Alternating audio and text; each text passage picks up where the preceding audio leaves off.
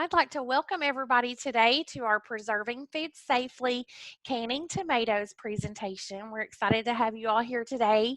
And so this will be our second session in our second series of Preserving Food Safely. And want to start off today with a quote from a Southern author. His name is Louis Grizzard. And he says, it's difficult to think anything but pleasant thoughts while eating a homegrown tomato. And I have to agree. I was really excited to go out this morning and I saw the tiniest little green tomato on one of my tomato plants. And I'm so excited. I have not texted Lucas a picture of that, but I probably will this afternoon if I can get out there if it stops raining. But if not, I'll text him a picture of it in the morning. I'm so proud of myself. I don't always have a garden, but a lot of times I will put some plants in pots and have some fresh vegetables that way during the summer.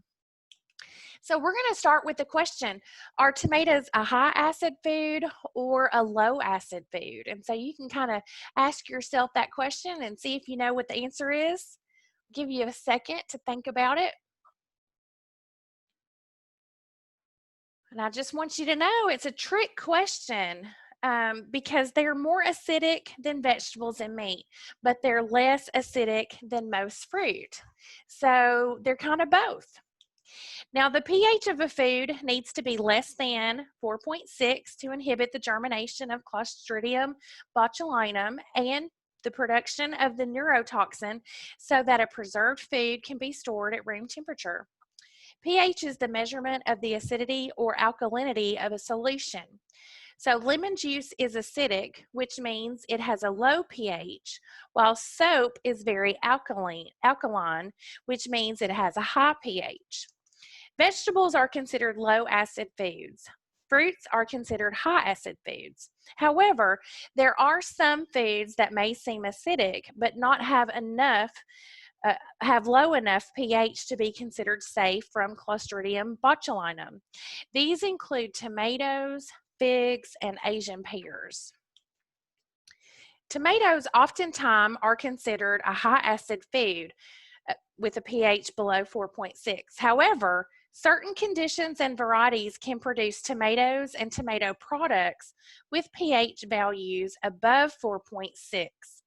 Tomatoes grown in the shade, ripened in shorter hours of daylight, or ripened off the vine tend to be lower in acidity than those ripened in direct sunlight on the vine.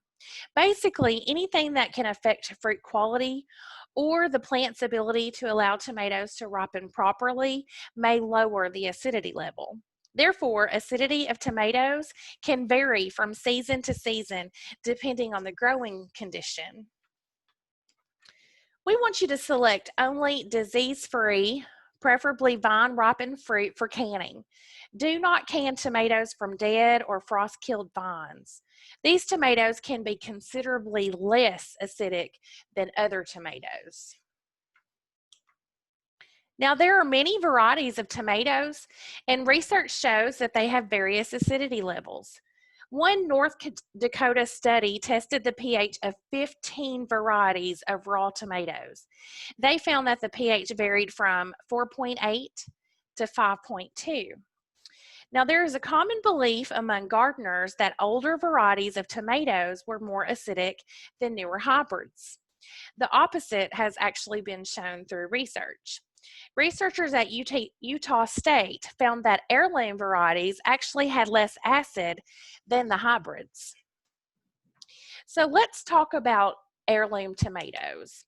An heirloom tomato is an open pollinated variety that has been passed down at least 50 years through several generations in a family, ethnic, religious, or tribal groups, or was commercially introduced before 1940.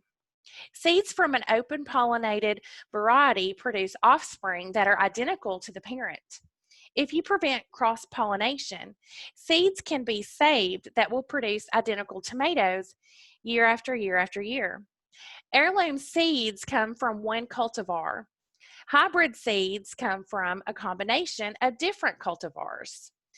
Now, after World War II, After major developments were made in our highway and our railroad systems, we were able to ship produce great distances. This increased the desire for tomatoes from warmer regions with longer growing seasons. But tomatoes were fragile.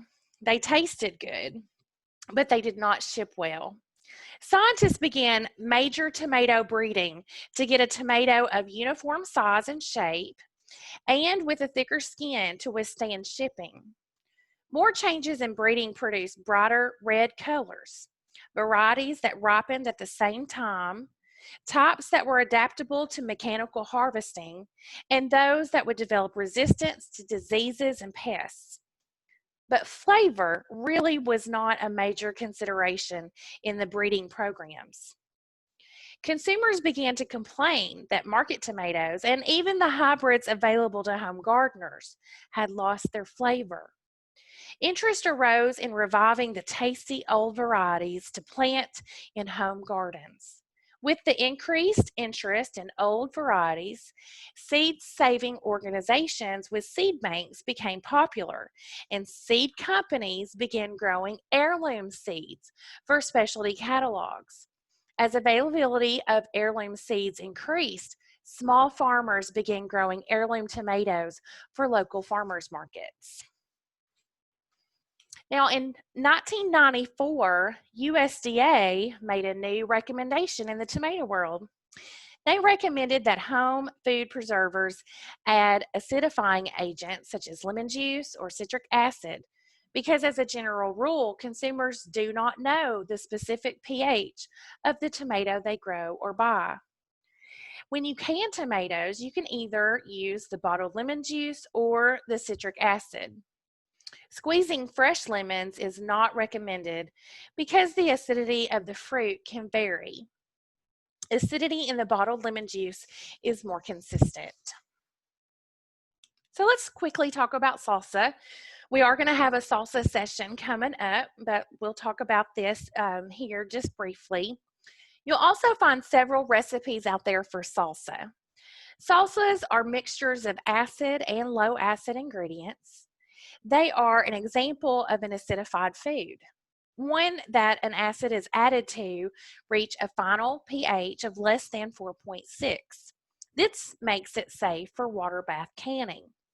In order for it to reach a final pH of less than 4.6, there needs to be a precise proportion of ingredients. There is no way to tell someone how to can homemade salsa without detailed knowledge of the recipe, procedures used in preparation, and acidity and consistency of the final product. Therefore, we always refer people to use tested recipes available in USDA's Complete Guide to Home Canning, which will be in the resource section at the end, as well as other university publications, which we also have in our resource section at the end of the presentation. So when we're talking about preparing tomatoes, it takes an average of 21 pounds of tomatoes to make a canner load of 7 quarts, or 13 pounds for a canner load of 9 pints. A bushel weighs 53 pounds and yields 15 to 21 quarts, an average of 3 pounds per quart. So to prepare tomatoes, you want to wash your tomatoes, and then you want to dip them in boiling water for 30 to 60 seconds or until the skins split. Now, an easy way to do this is to gently score an X on the bottom of the tomato with your knife, and then those skins will come off much quicker. After you take them out of the boiling water, you want to immediately dip them in cold water, or you can do an ice cube water mixture, and you can slip those skins off and remove the cores. You also want to add lemon juice or citric acid to every single jar. You can add salt if it's desired. It does not preserve the food, the tomatoes, and it's added for flavor only. So salt is optional, while lemon juice or citric acid is not optional. Now, You can hot pack or raw pack tomatoes, okay? So for a hot pack, boil tomatoes gently for 5 minutes. Pack hot tomatoes in hot jars. For a raw pack tomatoes, pack jars with raw peeled tomatoes. Not all products have process times for both hot and raw packs, including tomatoes. If there is only a process for a hot pack, do not do the raw pack. So you'll want to follow your recipe and you'll want to follow whatever pack is recommended. If it offers either or, use the one that you desire, the one that you like the best. In previous sessions, I've always been a proponent for the hot pack because it helps you save money. You're able to pack more food in those jars. Of course, the raw pack is a little easier. It just kind of takes away a step. So it's really up to you. So either the process time has not been established for the raw pack if it's not an option, or the food is not suitable for a raw pack. So that would be why they don't offer a raw pack option. So tomatoes can be processed either in a water bath canner or a pressure canner. No matter which method, they may be acidified first. Processing times for tomatoes in pressure canners have not been determined for tomatoes that are not acidified, so we do not recommend you not acidifying your tomatoes. Processing in a pressure canner shortens the time needed to make the product safe when stored at room temperature. It also results in a higher quality, more nutritious canned tomato product. So if you're wanting to have a more nutritious, more flavorful product, you're going to pressure can. Maybe you don't want a pressure can, maybe you don't have a pressure canner, then you can do the water bath method. It will just take longer. So let's look at this chart on characteristics affecting process time. Tomatoes are a great example of how characteristics of a product determine how long it takes to process. When tomatoes are canned whole or half, packed in tomato juice or no liquid, it takes 85 minutes to process in the water bath canner and only 25 minutes to process in the pressure canner. These times are at an altitude of 0 to 1,000 feet, which we've talked about before, in the water bath canner or weighted gauge pressure canner, and 0 to 2,000 feet in the dial gauge pressure canner. The more dense the food, the longer it takes to process. So let's talk about some things maybe that's happened to our canned tomatoes in the past. The most common question that we get in relation to tomatoes is that yellow layer. So have you ever noticed canned tomatoes that appear to have a separation, tomato juice into a yellowish clear layer and a red layer? Well, this is due to enzymes found naturally in the tomatoes. The tomatoes are totally safe to eat. There's nothing wrong with them. A higher quality product will not have this problem. It is prevented or minimized by either heating the tomatoes immediately after peeling and tearing or cutting, and by squeezing rather than cutting or crushing or blending the tomatoes. So it's all in how the tomato product is prepared, really.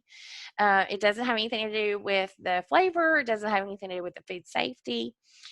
Cutting, crushing, or blending the tomatoes can cause the pulp and the liquid to separate. You want to tear them into quarters with your hands. Immediately add them to the pot and heat. This would be the hot pack method. So just to close out, we're going to think about that Homegrown Tomato song from John Denver. And no, I'm not going to sing it. I had the tune in my head, and now I can only think of a Cowboy Dan song, which if you don't know him, Cowboy Dan, he is actually an extension member in Davidson County, and his persona is Cowboy Dan. He has a TV show that's sponsored by Farm Bureau.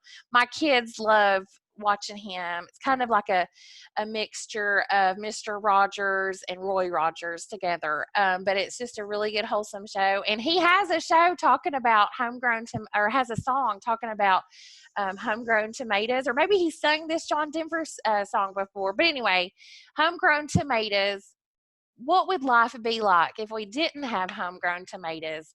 And he says, only two things money can't buy: true love and homegrown tomatoes. And that really rings true to me. I think back from, when I was a little girl and I was tromping around in my granny's garden, and there wasn't anything better than just pulling a big old red, juicy, homegrown tomato and plopping down right in the middle of the garden row and eating it. And I have those memories, and I'm excited for my kids to have those memories to growing up today. So we're going to go ahead and talk about our resources from today. We have our Wilson County YouTube channel where all of these are uploaded. I also added the Smith County YouTube channel. There's going to be a lot of videos that they have produced for 4-H and horticulture and farming, exercise. Both of our YouTube channels are great to go to. We always recommend the So Easy to Preserve book. This is a book for purchase. You can go to the University of Georgia at that link there and order it. Wilson Farmers Co-op does carry this as well. Your USDA's Complete Guide to Home Canning is a free publication, so that's downloadable from that there. And Mary will add this to the chat, or I will here in a few minutes. The UT Extension Canning Food publication is a free downloadable as well. And then all four of those rest of those websites are from the National Center for Home Food Preservation. We've got resources on home preserving tomatoes, so all of the different processes you can use for tomatoes, resources and recipes on canning tomatoes and tomato products, and then the altitude adjustment chart, which we definitely need, especially in Wilson County. So I want to thank everybody for joining us today, either live or on our YouTube channel. Encourage you to subscribe to our channel and to share this video so we can share tomato canning knowledge with others. I hope you'll have a great day. Bye-bye.